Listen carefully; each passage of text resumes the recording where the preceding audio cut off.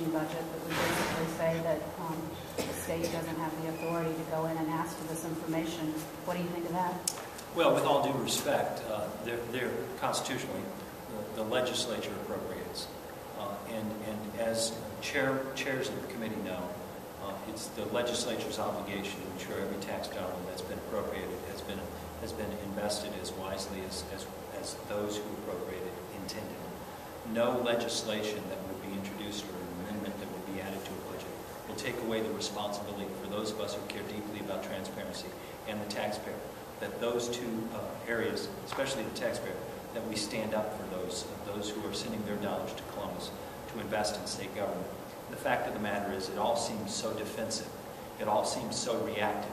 If the first response from the governor's office is, quote, it's complicated, and oh yeah, we're going to get an amendment added to a bill that would essentially strip away the state auditor's ability to audit the books.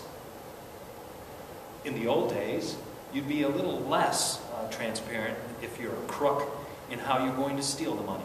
You know, the fact of the matter is $5.3 million was spent in public dollars.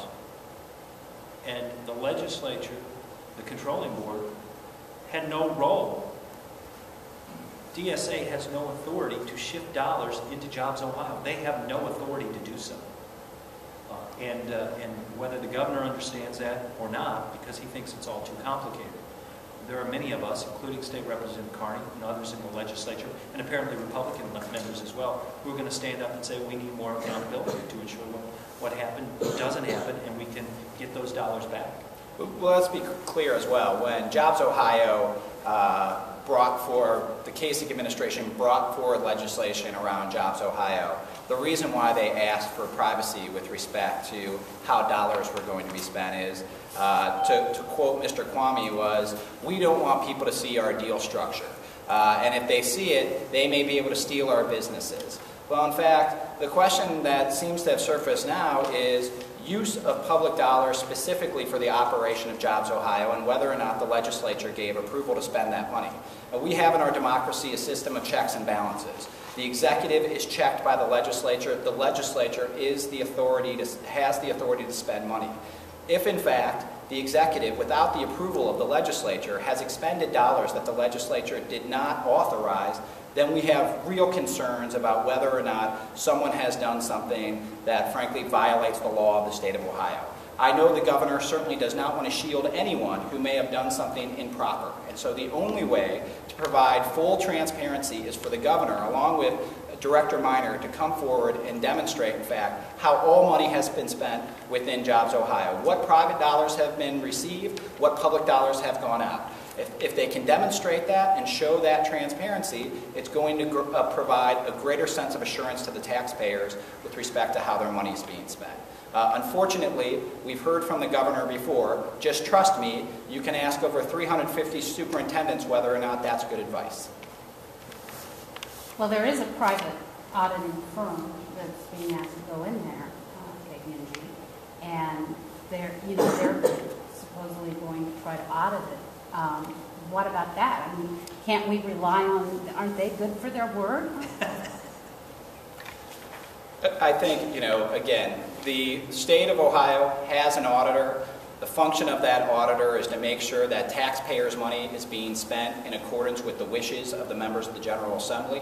The idea that somehow we would shield the auditor from doing his or her constitutional duty seems preposterous to me. And so obviously we would expect that the governor would step forward and say, the last thing we want is for the taxpayers to doubt whether or not we are doing things in conformance with the law of the state of Ohio. And so I think the governor has a very easy task in front of him with respect to providing clarity and transparency here. He needs to step forward, make sure that they come to the Finance Committee and demonstrate to the members of the General Assembly that they've in fact followed what the appropriation authority was that was given to them. It is laughable. The first reaction is that we need a clawback provision that would prohibit the state auditor from auditing the books dating back almost 2 years. I'm a member of the controlling board. The director is obligated by statute of DSA to come before the controlling board to request dollars that have been appropriated by the General Assembly to DSA to disperse those dollars when the need comes. He's required to do that. The legislature appropriated $1 million in 2011. I don't think anyone objects to that as a fact. The legislature did not appropriate $4.3 million additional dollars to DSA, for DSA to spend it on God knows what. And to have a director of DSA not come forward and forthrightly state where those dollars have been appropriated, it undermines the credibility of everything DSA does and everything JobsOhio is intended to do. These are not agencies that work just for John Kasich. These are agencies that report to the people of the state of Ohio and have been created by the legislature, by statute. And for me to see the first reaction is we need a clawback provision to allow that would prohibit Dave Yost from auditing the books going back to 2011. That's your first response? And no one's down at the State House right now threatening to storm the doors saying, what on earth is going on? There are $4.3 million missing.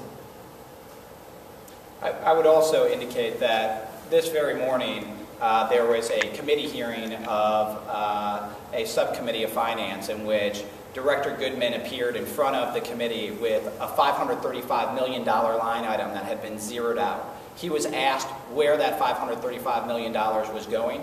His response was, well, I think JobsOhio, but I don't know exactly where it's going.